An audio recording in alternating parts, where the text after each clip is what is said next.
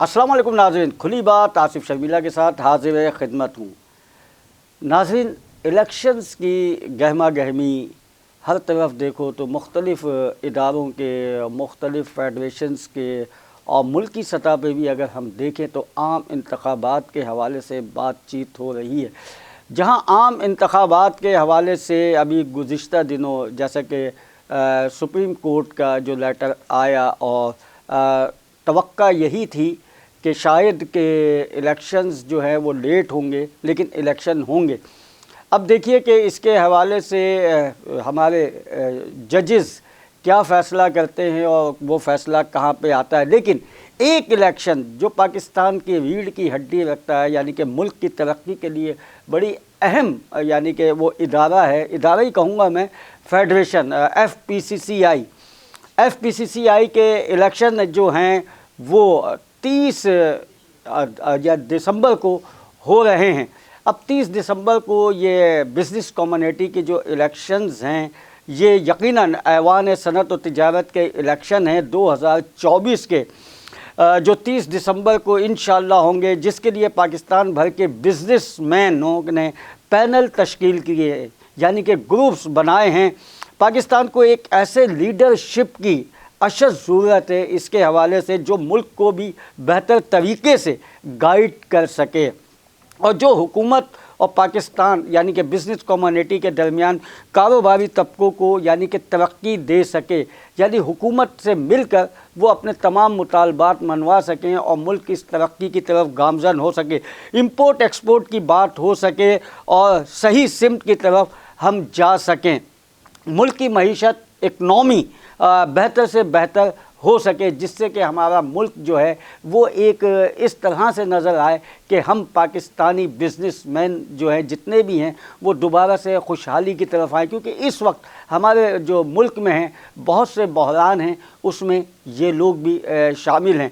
तो 30 दिसंबर को ऐवान सनत और तिजारत यानी कि एफपीसीसीआई के इलेक्शन हैं, उसी के हवाले से आज हम अपने प्रोग्राम में बात करेंगे। हमारे दरमियान मौजूद हैं एमबी प्रोग्रेस ग्रुप के वाइस प्रेसिडेंट, और या मैं आपको ये बता दूं एसोसिएट्स क्लास के हैं ये, और यानी कि वाइस प्रेसिडेंट के उम्मीदवार आसिफ सखी साहब हमारे स्टूडियो में मौजूद हैं। अस्सलाम वालेकुम। वालेकुम सलाम। कैसे हैं आसिफ सखी साहब? शुक्र, फर्स्ट क्लास। आसिफ सखी साहब, आज आप हमारे प्रोग्राम में आए और फ़र्स्ट टाइम आप मेरे प्रोग्राम में शामिल हुए हैं और मुझे बेइंतहा खुशी है कि आपने अपनी मसरूफियात में से थोड़ा सा वक्त हमारे लिए निकाला है। तो हम बिज़नेस कम्युनिटी के हवाले से बात करेंगे और आप जो इलेक्शंस की तरफ जा रहे हैं और 30 दिसंबर को एफपीसीसीआई के इलेक्शन हैं, तो हमने देखा यही है कि आपने माहिदा कर लिया है यूबीजी ग्रुप से, जो कि आपका अलाइंस उनसे हो गया है। तो ये क्यों हुआ और इसकी वजूहात क्या देखते हैं आप? इसकी वजूहात एक ही थी कि हमारा ताल्लुक़ था बीएमपी से, और हम पिछले 4-5 साल से बीएमपी के साथ थे, और वहाँ कोई बिज़नेस मैनों के हवाले से, ट्रेड के हवाले से, इंडस्ट्री के हवाले से कोई काम हो नहीं रहा था। तो हमारा इख्तिलाफ़ सिर्फ उनसे यही था, कोई सीटों का इख्तिलाफ़ नहीं था हमारा सिर्फ वर्किंग के हिसाब से उनसे इख्तिलाफ़ था। और उसी लिए हमने फिर सोचा कि यहाँ काम हो नहीं सक रहा, तो हमने अपना 25-30 एसोसिएशनों का एक ग्रुप बनाया और उसको हमने बीएमपीपी प्रोग्रेसिव के नाम से अपना ग्रुप बनाया, और उसमें हमने ताजरों के मसाइल के हल के लिए कोशिशें करने के लिए, इस इलेक्शन में शमूलियत के लिए हमने यूबीजी के साथ अपना एक अलाइंस किया है। और उस अलाइंस में हमारे कैंडिडेट हमने मेरिट पे लिए हैं सारे। इस्लामाबाद से हमारे प्रेसिडेंट के कैंडिडेट है आतिफ इकराम साहब, और कराची से सीनियर वाइस प्रेसिडेंट के साकिब फयाद मग्गू, और एसोसिएशन क्लास से एक वाइस प्रेसिडेंट का कैंडिडेट मैं भी हूँ, और इसके अलावा हमारे 3 कैंडिडेट और हैं, एक लाहौर से ज़की इजाद साहब हैं। अच्छा, लाहौर की आपने बात की है, कराची और लाहौर में बहुत से इख्तलाफात नज़र आ रहे थे। जैसे लाहौर के थे अंजुम निसार साहब, ठीक है, और कराची से भी अंजुम निसार साहब थे जो कि इसका नाम क्या चेयरमैन थे। तो ये इख्तलाफात क्यों रहे सर? इसकी वजूहात क्या रही कि कराची और लाहौर आपस में अलग अलग? इसकी वजूहत वही पॉलिसी के डिफरेंस थे। उनका कराची के पॉलिटिक्स में इतना, कराची के हवाले से उनका इतना वो इंटरेस्ट नहीं था कि यहाँ के प्रॉब्लम के हवाले से। वो अपनी पंजाब के हवाले से सारी प्लानिंगें करते थे, और कराची के ट्रेड के मसाइल अलग थे। यहाँ जैसे हमारे लिए मसला चल रहा है गैस का प्राइस का, बिजली की प्राइस का, इंडस्ट्री सफ़र कर रही है, और पिछले दिनों एक स्ट्राइक भी हुई थी गैस और उनके प्राइस के हवाले से। तो उसमें भी डिफरेंस था, लाहौर में स्ट्राइक नहीं हुई, कराची में स्ट्राइक हुई। तो जब तक ताजिर एक जगह नहीं होंगे, एक प्लेटफार्म पे नहीं होंगे, एक पॉलिसी नहीं होगी, तो ये डिफरेंस रहेंगे। अच्छा, ये डिफरेंस रहेंगे, लेकिन जो अभी जाहिर सी बात है कि जो पैनल अभी मौजूदा था, यूबीजी जो था, यूबीजी जो था, वो तो जाहिर है कि 4-5 सालों से ऐसे मुनीर साहब का वो हार गया था, लेकिन 4-5 सालों से देख रहे हैं कि ये पैनल यहाँ पे था, बीएमपी ये ग्रुप था। तो हमने ये देखा है कि 3-4 ये जो साल गुजरे हैं, इसमें कोई ऐसा काम नहीं हो सका जिससे कि बिजनेसमैनों को या सनतकारों को, ताजिरों को कोई सहूलत मिल सके। उसकी वजह वही थी ना कि पहले प्रेसिडेंट थे अंजुम निसार साहब, वो पंजाब से थे। सेकंड प्रेसिडेंट बने नासिर हयात मग्गू साहब, और थर्ड प्रेसिडेंट फिर बने अपना इरफान इकबाल शेख, वो भी पंजाब से थे। अब मसला वही था, नासिर साहब जब थे तो वो तो कराची के मसले पे डिस्कस करते थे और उनकी वर्किंग भी अच्छी थी। अब पिछले 2 साल से जो ये टर्नओवर हो गया फेडरेशन के प्रेसिडेंट का, पहले 1 साल होता था, लास्ट ईयर ये 2 साल हो गया। अब उन 2 सालों में बेसिकली कोई काम नहीं हुआ। आप उनके प्रेसिडेंट का इंटरव्यू भी सुनेंगे इरफान इकबाल शेख का, तो वो जो अपने काम गिनवाते हैं उसमें 2 काम वो गिनवाते हैं। एक वो कहते हैं हमने बिल्डिंगें बनाई, फेडरेशन ऑफिस बनाए, रेनोवेशन कराई। दूसरा वो कहते हैं हमने R&D डिपार्टमेंट बनाया। तो फेडरेशन का सदर जिसका टर्नओवर 2 साल था, उसने 2 साल में ये 2 काम किए। तो आप उससे खुद अंदाज़ा लगा लें मैं क्या कह सकता हूँ कि प्रेसिडेंट खुद अपने काम क्या बता रहा है, वो मीडिया में। लेकिन उससे आम बिजनेसमैन का तो कोई फ़ायदा ही नहीं हुआ ना। मैं वही कहना चाह रहा हूँ, पाकिस्तान की नुमाइंदा। अब उसमें मैं वही कह रहा हूँ कि जब प्रेसिडेंट साहब खुद अपने 2 काम गिनवा रहे हैं, तीसरा कोई काम ही नहीं गिनवा रहे कि उन्होंने कंस्ट्रक्शन की, कंस्ट्रक्शन तो कोई बिल्डर भी कर देता, उसमें प्रेसिडेंट का तो कोई काम ही नहीं था ना। दूसरा उन्होंने R&D डिपार्टमेंट बनाया, तो R&D डिपार्टमेंट का मतलब है रिसर्च एंड डेवलपमेंट। तो क्या डेवलपमेंट हुई, क्या रिसर्च हुई, ये किसी को नहीं पता। सिर्फ एक्सपेंस हुए R&D के, और कुछ नहीं हुआ, और कुछ नहीं हो सका। यानी कि गुज़िश्ता दिनों, अब देखना यह है कि जब ये इलेक्शन होते हैं, जो भी ग्रुप आता है तो वो क्या बेहतरी करता है, उसी के ऊपर हम निशानदेही करें। फेडरेशन के सरबराहान ने कभी भी वज़ीर आज़म से या किसी अहम शख्सियात से कभी बिजनेस कम्युनिटी के हवाले से मुलाकात नहीं की, और मज़ीद परेशानियां बढ़ती चली गई। इसकी क्या वजह रही कि इन्होंने मुलाकात नहीं की या उन्होंने वक्त नहीं दिया वज़ीर आज़म साहब ने? असल में इसकी वजह यही रही कि हुकूमत ने देखा कि ताजिर एक प्लेटफॉर्म पे नहीं है, इनके आपस में इख्तिलाफात हैं।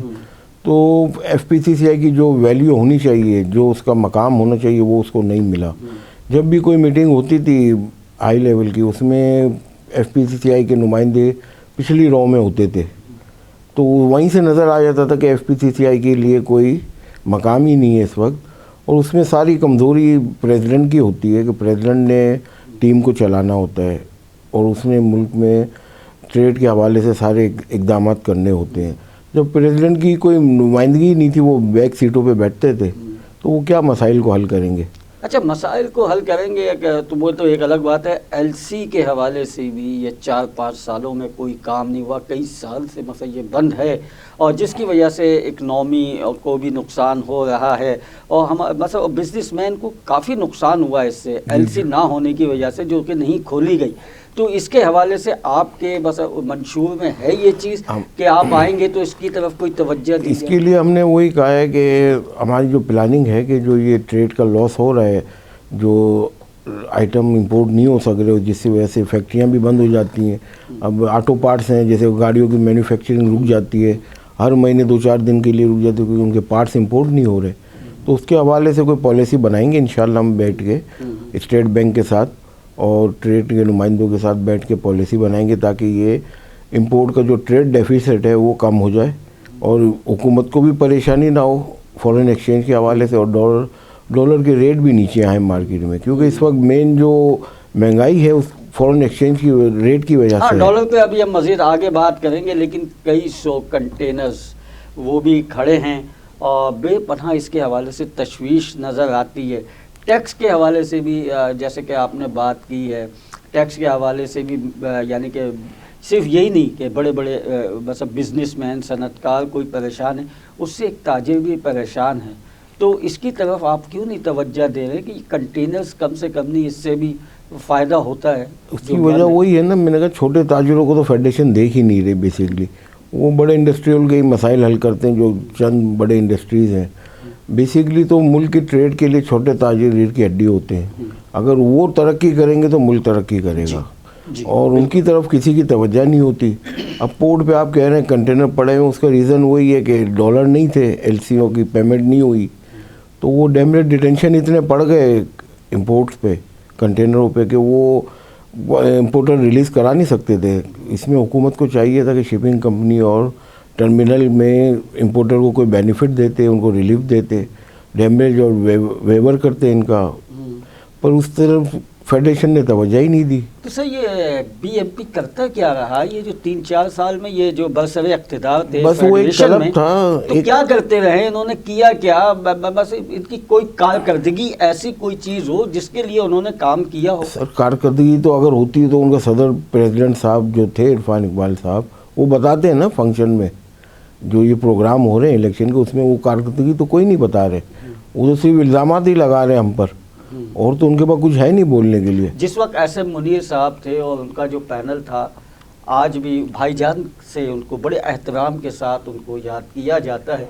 जिस वक्त वो थे तो मजाल नहीं थी कि कोई मतलब इस तरह की बात हो जाती या इस तरह का, और उनको वक्त देते थे बड़े बड़े सरबराहान, यानी पाकिस्तान ही नहीं बल्कि पाकिस्तान से बाहर भी। तो ये फ़र्क क्यों है? यानी इनमें इतना मतलब वो तो फिर मतलब कैसे जीतते चले आए, 4 साल हो गए, 5 साल, तो कैसे जीतते चले आए जब कारकर्दगी नहीं है? उसकी वजूहात क्या है कि दोबारा से आ जाना? बस की वजूहत यही है कि ट्रेड को इतना, जो एसएम मुनीर साहब थे, जब अल्लाह उनको जन्नत नसीब करे, उनका विजन बहुत ऊंचा था, उनके ख़यालात, उनको हुकूमत में भी बड़ी इनको रिस्पांस मिलता था, उनकी इज़्ज़त थी, और वो बिज़नेस छोटे बड़े सबको एक साथ चलाते थे, ताजिरों को। वो सिर्फ बड़ी इंडस्ट्रीज़ को नहीं देखते थे, वो छोटे छोटे ताजिरों के भी मसाइल हल करते थे, और उनको अगर कोई इंडस्ट्री का मसला होता तो वो ख़ुद अपनी तरफ से उसके पीछे मेहनत करते थे और मसले को हल करते थे। फेडरेशन में इस वक्त जो 3-4 साल से हम देख रहे हैं, इस तरह काम हो नहीं रहा जो ऐसे मुनीर साहब करते थे। इंटरेस्ट लेते थे अपना पर्सनल और टाइम देते थे, वो चीज़ अब नहीं रही इधर। तो इस वजह से ही ये प्रॉब्लम बढ़ते जा रहे हैं, और हमारा मकसद भी यही है कि हम आपस में मिल के कोई अच्छी टीम लाएं और ताजिरों के मसाइल को हल करें।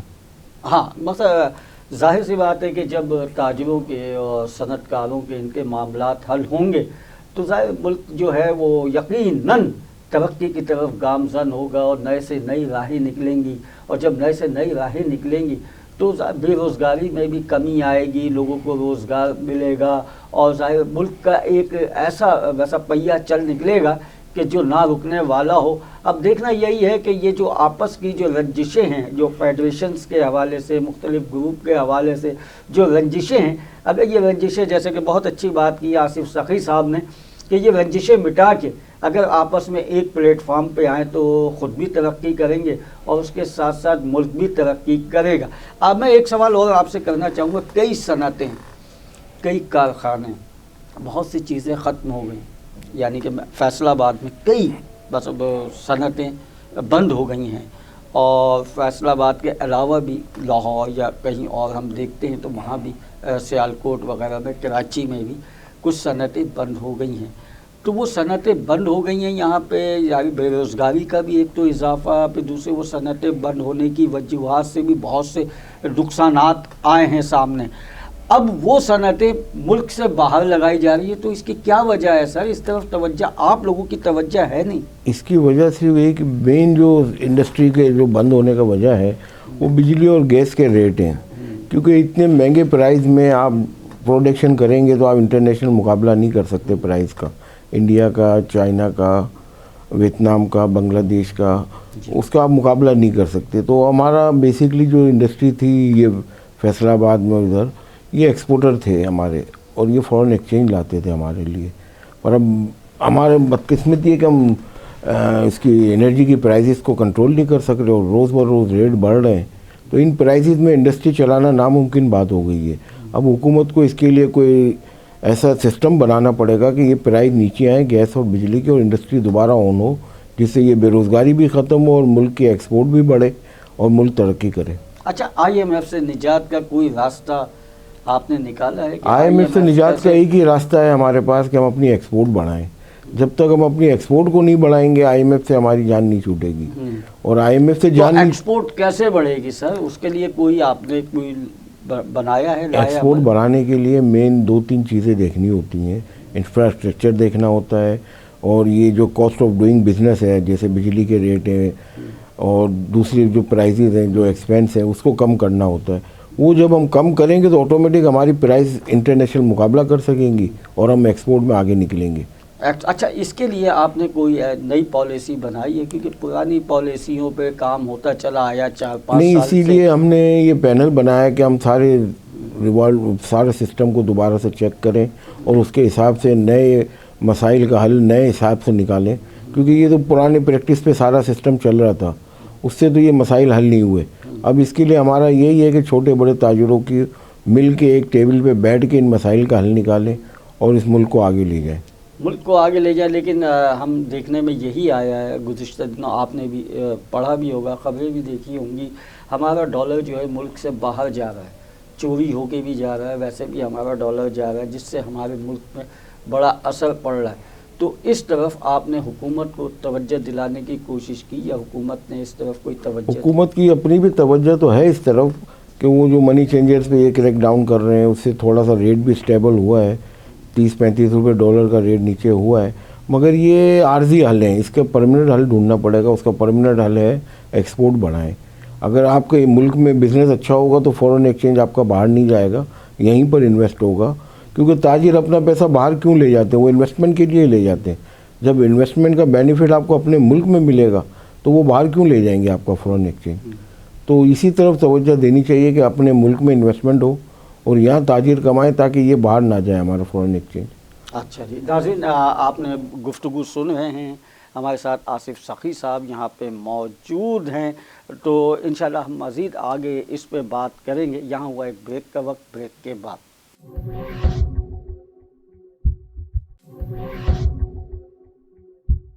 वेलकम बैक जी नाज़रीन। BMP यानी कि BM प्रोड्यूस के ग्रुप के हमारे साथ मौजूद हैं आसिफ सखी साहब, और इनसे बहुत सी कारोबारी हवाले से बात हो रही है, क्योंकि उस हवाले से भी बात हो रही है कि इनके मंशूर में क्या है। क्योंकि जाहिर सी बात है, ऐवान सनत और तिजारत जो पाकिस्तान की रीढ़ की हड्डी है, और यकीनन जब ये तरक्की करेगा तो मुल्क तरक्की करेगा। जैसा कि हमने पहले कहा, FPCCI उसके इलेक्शन है 30 दिसंबर को, तो उसी के हवाले से मुख्तलिफ बस पैनल्स तश्कील दिए गए, मुख्तलिफ ग्रुप बने और उनकी कारकर्दगी क्या है। लेकिन एक मौजूदा जो पैनल वहाँ पे मौजूद था 4 साल से, उसने क्या किया, इसी पे हम बात कर रहे हैं। अब नई पॉलिसी के साथ जो ये ग्रुप आ रहा है, तो वो क्या करना चाहता है, उसकी पॉलिसी क्या है, इसके हवाले से हम बात कर रहे हैं आसिफ सखी साहब से। आसिफ सखी साहब, आपने मिनी चेंजर्स के हवाले से बात की। मिनी चेंजर्स के लिए हुकूमत ने कोई पॉलिसी बनाई? आपकी फेडरेशन कभी बस इनको क्या कहना चाहेगी कि ये मिनी चेंजर्स वाले जो हैं, यकीनन रुपए में कभी ऊपर कभी चढ़ाव होता है, लेकिन अभी कुछ वक्त के लिए हमने देखा कि नीचे रहा है, लेकिन यहाँ से भी डॉलर्स पाकिस्तान से बाहर जाते हैं, तो आप इस पर क्या कहेंगे? कोई पॉलिसी आपने तश्कील दी? इसके लिए हमारी यही पॉलिसी है कि मनी चेंजर के साथ बैठ के उनसे मीटिंग करके कोई ऐसी पॉलिसी बनाई जाए कि मनी चेंजर भी इस काम में शामिल ना हो और वो भी मुल्क की तरक्की के लिए फ़ॉरेन एक्सचेंज को गलत तरीके से बाहर ना जाने दें। और इंशाल्लाह हमें उम्मीद है कि हमारी टीम में जो हमने हर फील्ड का एक एक्सपर्ट रखा हुआ है, और इस फील्ड के लिए भी हमने मनी चेंजर के हवाले से स्टेट बैंक और मनी चेंजर और फेडरेशन मिल के एक लाएमल बनाएं ताकि इस एक्सचेंज रेट को कंट्रोल किया जा सके। अच्छा, तरसीलात ज़र के हवाले से भी आपने पॉलिसी कुछ बनाई है? तरसीलात ज़र के ओवरसीज़ पाकिस्तानियों के लिए भी आपने कोई पॉलिसी बनाई है?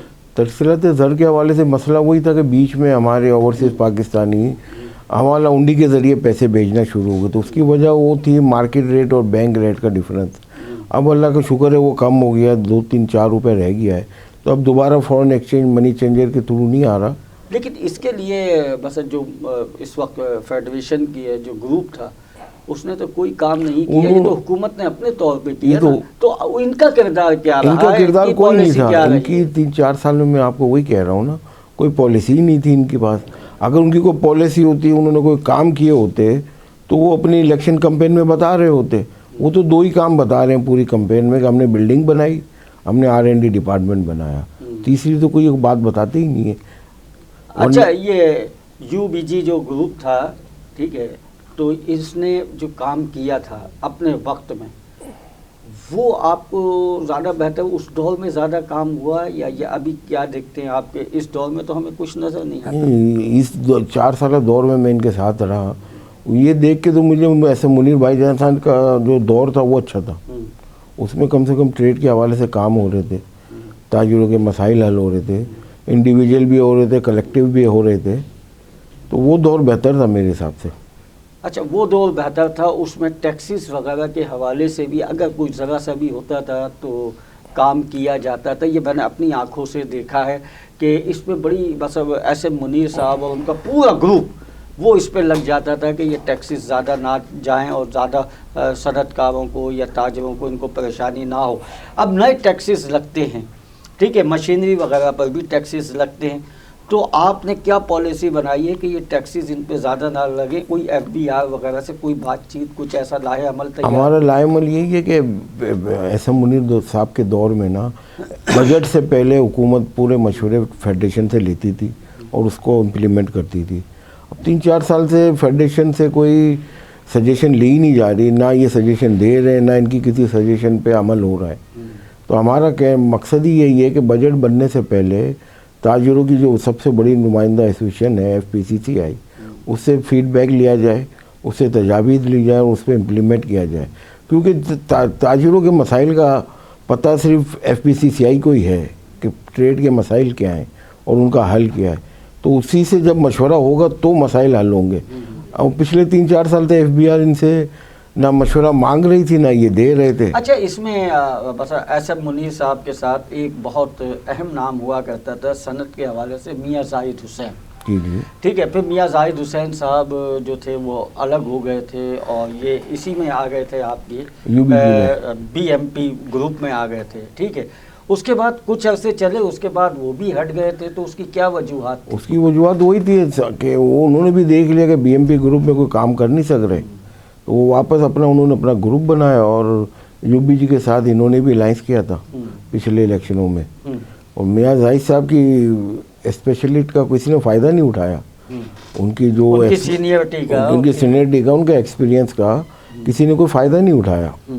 तो अब इंशाल्लाह अब ये मियाँ जाहिद साहब भी हमारे साथ हैं और इनकी सजेशन का हम पूरा फ़ायदा उठाएंगे और उनसे पूरी मुशावरत करेंगे। अच्छा, ये जो आपका जो अभी इस वक्त जो ग्रुप बना है पूरे पाकिस्तान से बना है, तो इसके उम्मीदवारों के आप बता सकेंगे पूरे पाकिस्तान से कहाँ से कौन कौन है और क्या क्या बस पैनल में शामिल हैं, कौन लोग शामिल हैं? मैं आपको बताता हूँ, क्योंकि 4 सूबे हैं, 4 सूबों से मैं जानने की कोशिश करूँ। असल में हमारे प्रेसिडेंट के कैंडिडेट है इस साल इस्लामाबाद से आतिफ इकराम शेख साहब। उनका घी और ऑयल का बहुत बड़ा बिजनेस है और पाकिस्तान के टॉप 10 टैक्स पेयर हैं और बड़े एनिजेक्टिव और बड़ा एक्सपीरियंस है ट्रेड के हवाले से। तो वो हमारे प्रेसिडेंट के कैंडिडेट हैं। हमारे सीनियर वाइस प्रेसिडेंट के कैंडिडेट सिंध से हैं, साकिब फयाज मगू साहब कराची से। ये भी बड़े बिजनेसमैन हैं और इनका भी FPCCI में पहले भी ये वाइस प्रेसिडेंट आ चुके हैं और इनका भी एक्सपीरियंस बहुत है और इनको भी ताजिरों के मसाइल का ज़्यादा पता है। और हमारे वाइस प्रेसिडेंट के कैंडिडेट हैं लाहौर से ज़की इजाज साहब, वो भी इंडस्ट्रीज में भी हैं, पैकेजिंग का भी उनका बिजनेस है और उर्दू डाइजेस्ट के मालिक भी हैं वो। जी जी जी जी, और बड़ा नाम है। कराची से हमारे एक तीसरे कैंडिडेट हैं आसिफ इनाम साहब, वो एप्टमा के सिटिंग चेयरमैन है और टेक्सटाइल के हवाले से सबसे बड़ी एसोसिएशन एप्टमा है और उनको टेक्सटाइल के सारे मसाइल का भी पता है। तो हमने इसी तरह हर फील्ड से एक्सपर्ट लिए हुए हैं और जैसे मैं हूँ all Pakistan custom agent association की तरफ से, और ताजिरों के ज़्यादातर मसाइल एफबीआर और कस्टम से ही जी होते हैं। जी हाँ। तो मुझे उन्होंने शामिल ही इसीलिए किया है कि एक्सपर्टी, मेरी 25 साल की एक्सपीरियंस है जी, इस फील्ड में। जी तो इसी तरह हमारे वीपी हैं अमान पराचा साहब, जी जी वो टी का उनका बिजनेस है और वो भी अपनी फील्ड के एक्सपर्ट हैं। तो इसी तरह हमने हर फील्ड से बंदा लिया है ताकि अच्छा, ये जो पुराने जो थे यूबीजी ग्रुप में, एस एम मुनीर भाईजान के ग्रुप में जो पहले थे, जैसे मियाँ जाहिद हुसैन हुआ करते थे, हनीफ गौहर साहब हुआ करते थे, और खालिद तवाब साहब हुआ करते थे, और हम देखते थे कि और भी बहुत से लोग, बहुत से नाम हैं, तो ये लोग साथ हुआ करते। तो क्या अब आपके साथ ये लोग हैं, ये इनकी सरपरस्ती ये सब है? हमारे क्योंकि साथ है। एक केस भी हुआ था जो कि बस उसके वोटिंग के हवाले से, जो कि ये हनीफ गौहर साहब ने किया था वो केस, और वो तकरीबन जीत भी गए थे। उसके हवाले से काफ़ी चेबा गोइयाँ रही थी। तो आप क्या कहेंगे कि ये लोग आपके साथ हैं? ये सब हमारे साथ हैं, सब हमारे सीनियर हैं और उनकी भरपूर सपोर्ट हमारे साथ है, और हम इनके साथ रह के इस फेडरेशन के मेयार को, हमने इसके मकाम को वापस लाना है, और ये सब हमारी सपोर्ट में इस वक्त सारे लीडर। आप ये नहीं समझते कि जो अभी काम बिगड़ गए 2-4 साल में, जो काम नहीं हुए हैं, और जो कि मतलब मराहिल तय नहीं किया उन्होंने, अभी बुनियादी नहीं हुआ, तो आप उनको पाए तकमील तक लेके जाएंगे? इंशाल्लाह हमारा पूरा प्लान यही है कि इस वक्त फेडरेशन का 2 साल का टर्न्योर है कमेटी का हमारी, तो 2 साल बहुत होते हैं किसी सिस्टम को सीधा करने के लिए, और हम उसी प्लानिंग से आ रहे हैं। इंशाल्लाह 2 साल में काफ़ी चेंजिंगें नज़र आएंगी ट्रेड को। अच्छा, पहले भी ऐसा देखने में आया है कि इलेक्शंस के दौरान बहुत सी बातें सामने आई हैं, क्योंकि ज़ाहिर है बड़ा अहम मुल्क की सनत और तिजारत के हवाले से बड़ा अहम मसला इलेक्शंस होते हैं। तो पहले भी ये इल्ज़ाम लगा था कि कुछ धांधली हुई है, कुछ बस इस तरह की बातें हुई हैं। अगर इस दफ़ा भी हो गए और आपका पैनल ना आ सका, तो अपोजिशन आप किस तरह से करेंगे? नहीं, इस दफ़ा इंशाल्लाह ऐसा नहीं होगा, क्योंकि इस दफ़ा हमारी पूरी टीम एक्टिव है। ये कोशिश तो कर रहे हैं कि इलेक्शन पेंडिंग हो जाए, बीएमपी वाले। हाँ, जैसे आम इंतखाबात पेंडिंग में। हाँ, तो ये भी इनकी भी कोशिश है कि ये इलेक्शन पेंडिंग हो जाए, और ये उल्टे सीधे काम कर रहे हैं ऑफिस सेक्रेटरी के थ्रू। सेक्रेटरी जनरल उल्टे सीधे ऑर्डर कर रहे हैं, पर डीजीटी और भी हमारे साहब जो हैं इस वक्त, वो बड़े एक्सपीरियंस है, वो इनकी ये इन हरकतों को चेक कर रहे हैं, और इनका प्लानिंग यही है कि कोर्ट मैटर हो जाए और ये इलेक्शन पोस्टपोन हो जाए। अच्छा, ये पूरी कोशिश में है? पूरी कोशिश में है ये, अच्छा, कि ये इलेक्शन पेंडिंग हो जाए। तो आपने क्या तैयारियां की हुई हैं इसके हवाले से? पूरे पाकिस्तान के जो भी हमारे बिजनेसमैन हैं, जो कि फेडरेशन के मेंबर्स हैं, तो आपने उनसे राब्ते किए हैं? हमारे पूरे पाकिस्तान में इस वक्त टीमें वर्क कर रही हैं, और हम एक एक स्टेशन पे एक एक वोटर के पास जा रहे हैं, कराची से लेके खैबर तक। मैं खुद पिछले 10 दिनों से ट्रैवल में ही था, और अब कराची में हम अपनी वर्किंग करेंगे। तो इंशाल्लाह इस दफ़ा जो इस वक्त तक रिज़ल्ट हैं, मेरे हिसाब से 70% फेवर हमारी चल रही है वोटिंग में, और 30% पे इस वक्त बीएमपी है। चलिए जी, एतमाद तो आपको अपने ऊपर बहुत है, और आगे चल के देखेंगे कि मामला किस करवट बैठता है।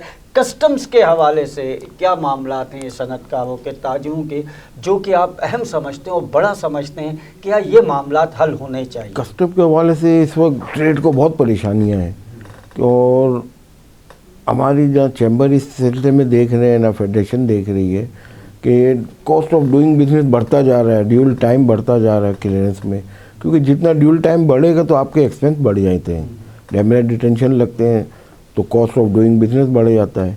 उस हवाले से कोई भी काम नहीं हो रहा था पिछले 2 साल से, और इस साल इंशाल्लाह हम आ गए, अगर अल्लाह ने हमें इज़्ज़त दी और मौका दिया, तो ये सारे मसाइल तो हम उसके एक्सपर्ट हैं, और इनका हल हम निकालेंगे ताकि ट्रेड स्मूथ चले।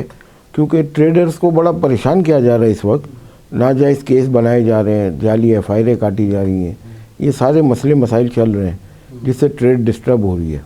अच्छा, ये तो शिपिंग के हवाले से भी और उसके जहाज़ के हवाले से हम बात कर रहे थे, लेकिन कुछ ऐसी भी बस चीज़ें होती हैं जो कि बाई एयर जाती हैं, तो वहाँ भी तमाम मराहिल देखने में आ रहे हैं।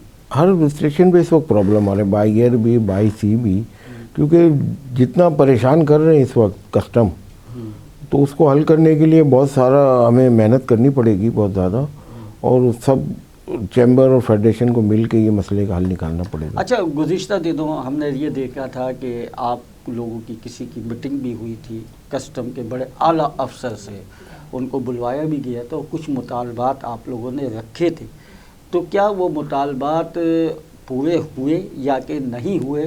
क्योंकि ज़ाहिर है टैक्स के हवाले से थे और बहुत ज़्यादा ड्यूटी लगाई जा रही थी, तो उसके हवाले से आप क्या कहें? अभी तो उस हवाले से तो उन्होंने यही कहा था हमें उस दिन के ये नए बजट में इन मसाइल को देखेंगे, क्योंकि टैक्सेस के लिए अब पार्लियामेंट से ही हर चीज़ होती है मनी बजट में, तो उस वक्त अब नए बजट में ये सारे मसाइल हल होंगे इंशाल्लाह। जब तक हम होंगे तो बजट से पहले हम अपनी तजावीज़ देंगे हुकूमत को और उस पर उनसे इम्प्लीमेंट कराएंगे ताकि फ़ायदा हो सके और कुछ मकसद ये कि तमाम कारोबारी लोग जो हैं वो कुछ सुकून का, थोड़ा सा तो सुकून का सांस मिले। लेकिन हम ये देख रहे हैं कि बिल्कुल सांस रुकी हुई है, ऐसे रुकी हुई है जैसे कि गैस रुकी हुई है, बिजली रुकी हुई है, और महंगाई का वो तूफ़ान है जिससे कि एक सनतकार या ताजिर ही नहीं, एक आम आदमी भी परेशान है।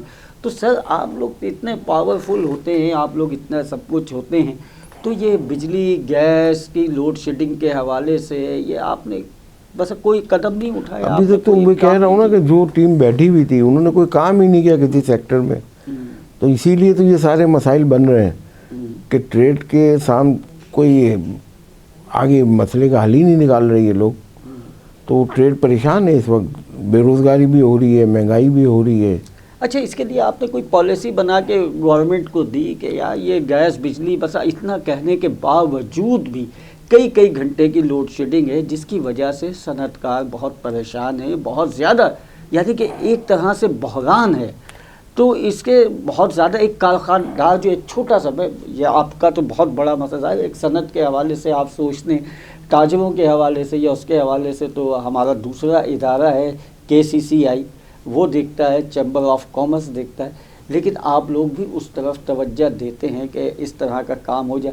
तो सर, इससे तो सब मुतासिर है। कभी आपने कोई एहतजाज की कॉल दी हो या कभी आपने इस तरह भरपूर तरीके से कोई एहतजाज किया हो कि ऐसा नहीं होना चाहिए? सर, ऐसा भी वही कह रहा हूँ, पिछले 4 साल से तो हमने नहीं देखा है साहब, ना आपने देखा होगा कोई ऐसी भरपूर आवाज़ उठी हो, कोई एहतजाज हुआ हो। तो इसीलिए तो ये सारे मसाइल बन रहे हैं, उसी के हल के लिए हमने अपना ये नया इलाज बनाया है कि हमने आपस में मिल के ये मसले का हल निकालना है, क्योंकि ये इस तरह आपस की लड़ाइयों से ये मसले हल नहीं होंगे। जब तक हम एक प्लेटफॉर्म पे नहीं आएंगे उसके बाद ही ये मसाइल हल होंगे। अच्छा, ठीक है। नाज़रीन, यहाँ एक ब्रेक का वक्त हुआ, मज़ीद आगे गुफ्तगू करेंगे और बहुत सी बातों का आपको इल्म होगा जो कि पसे पर्दा हैं, अभी आपके सामने नहीं आई हैं। बस छोटा सा ब्रेक के बाद।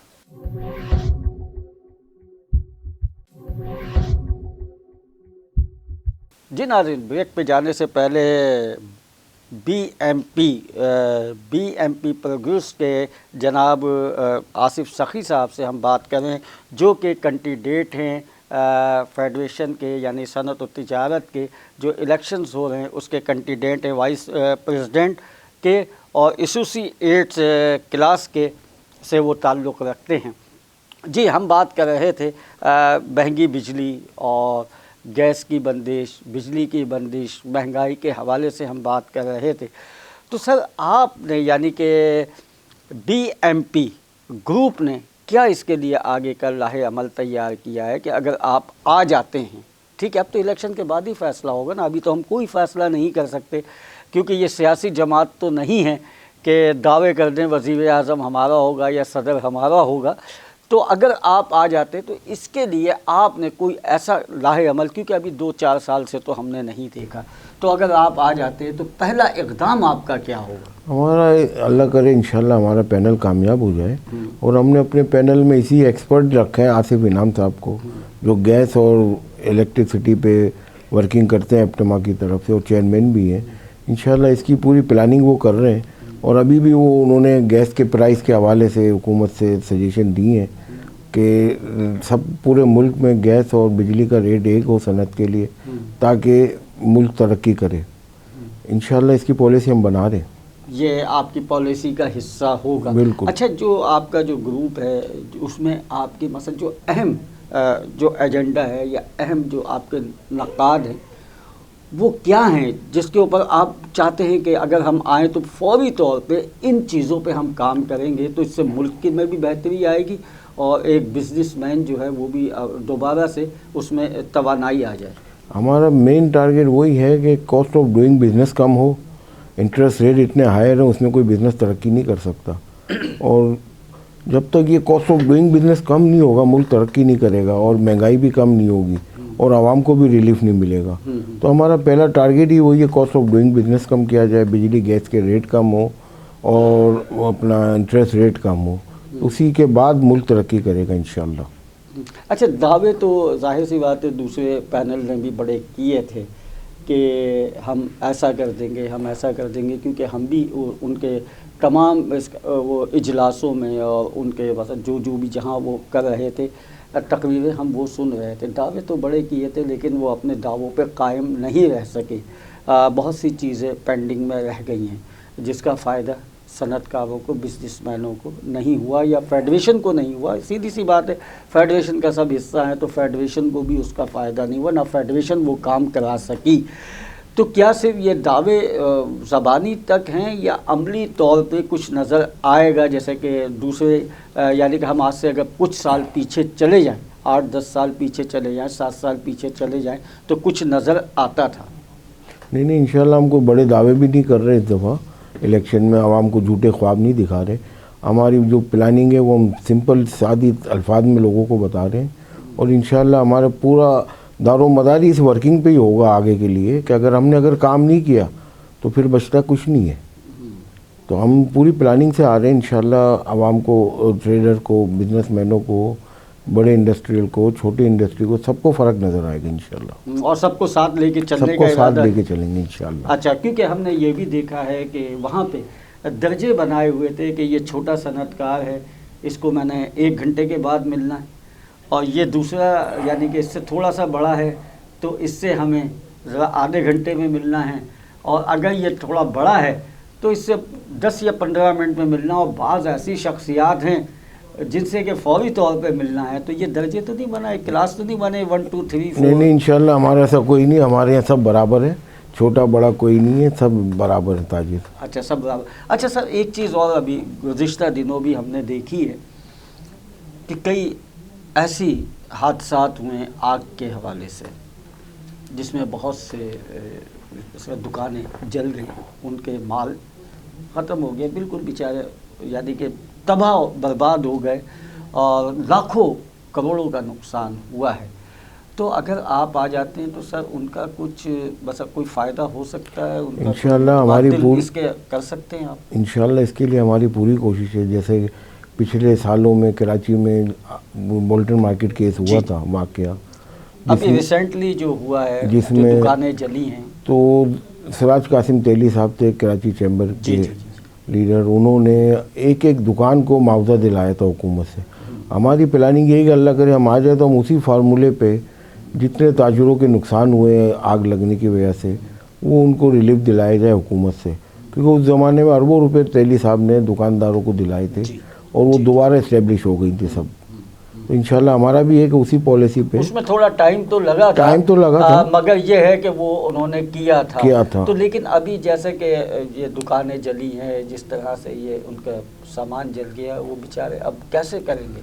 किसी के दुकान में 10 लाख, किसी के 12, किसी के उससे ज़्यादा, किसी का कम। तो सर इसके लिए फेडरेशन ने कोई ना कोई, अच्छा ये नहीं कि आप आ गए तो आपने उनका अजाला कर दिया, कोई ऐसा फंड या कोई ऐसी चीज़, कोई ऐसी बात कि अगर अचानक ऐसे हादसात हो जाए तो उसके लिए कोई मजबूत कोई प्लेटफॉर्म बनाया जाए, कोई मजबूत लाहे अमल तैयार किया करने का है आपके साथ? हमारा इरादा है इसके लिए कमेटी फेडरेशन में बनाई जाए, जो इस तरह के हादसात हो ना तो वो कमेटी फ़ौरन उन लोगों तक पहुँचे और उनके मसाइल का हल करे, उनके नुकसानात को देखे, और हुकूमत से कोई फ़ंड ऐसा बनाए जो इस तरह के हादसात में फ़ौरन उनको पेमेंट मिल सके। लेकिन अलमी की बात यह है आसिफ सखी साहब कि इस वक्त जो हादसा हुआ, हमने देखा फेडरेशन से वहाँ कोई नुमाइंदा उनके साथ नहीं खड़ा था, ना चैम्बर से खड़ा था, ना फेडरेशन से खड़ा था। तो ये एक अलमी है सर, वो क्या लावारिस हैं, बेरोज़गार हैं, क्या हैं बेचारे जिनका कोई वारिस नहीं है? ये फेडरेशंस जो होती है या दूसरे इदारे जो आपके होते हैं, तो सर ये तो मतलब इनके ये सहारे तो देते हैं ना सर, आके कम से कम खड़े तो होते हैं ना, लेकिन देखने में यही आया कि आप लोग खड़े नहीं हुए। नहीं, वही मैं कह रहा हूँ ना कि इस दफ़ा ना चैम्बर ने इनका साथ दिया, जहाँ जहाँ आग लगी ना फेडरेशन ने किसी ताजिर का साथ दिया, जो कि बड़ा जुल्म है इनके साथ। क्योंकि हम बैठे ही इसीलिए इनकी नुमाइंदगी के लिए, उनके रिलीफ के लिए ताजिरों के। तो इंशाल्लाह हम तो इसके लिए प्रॉपर वर्किंग कर रहे हैं कि कमेटी बनेगी जो लाइफ टाइम चलेगी और हुकूमत के साथ मिल के इन ताजिरों के नुकसान जो भी हैं उनका कोई मुआवजा उनको मियाद दिया जाए, मुआवजा दिया जाए। लेकिन अभी आपने उन जो हादसे में मुतासिर हुए हैं उनसे आपने मुलाकात की, उनसे कुछ नहीं? अभी हम जा रहे हैं, मार्केटों में भी घूम रहे हैं, एसोसिएशनों में भी जा रहे हैं, उनसे मुज़ाकरात भी हो रहे हैं हमारे, उनसे हम वोट भी मांग रहे हैं और इन चीज़ों पे भी डिस्कस हो रहा है। इंशाल्लाह सबकी डिमांड यही है जिनको लॉस हुए कि हमारे नुकसानात का अदाला किया जाए, और हम इंशाल्लाह अगर आ गए तो पूरी कोशिश होगी कि इनके नुकसानात का अदाला किया जाए, नुकसानात का अदाला किया जाए। हमारे साथ मौजूद थे BMP के यानी BM प्रोग्रेस ग्रुप के आसिफ सखी साहब, जो कैंडिडेट हैं, वाइस प्रेसिडेंट हैं एसोसिएट्स क्लास के। नाज़रीन हमारे साथ मौजूद थे। मैं आपका इंतहाई आसिफ सखी साहब बहुत मशकूर हूँ कि आप यहाँ पर तशरीफ़ लाए। बहुत से पॉइंट रह गए अभी हमने, क्योंकि ज़ाहिर है हमने सिर्फ बुलाया तो 2 लोगों को था, लेकिन एक साहब वो नागुज़िर वजूहात की बिना पे, या हो सकता है कि वो कुछ बातें छुपाना चाहते हों इसलिए नहीं आ सके, तो आसिफ सखी साहब बड़े दिल के हैं, वो आ गए।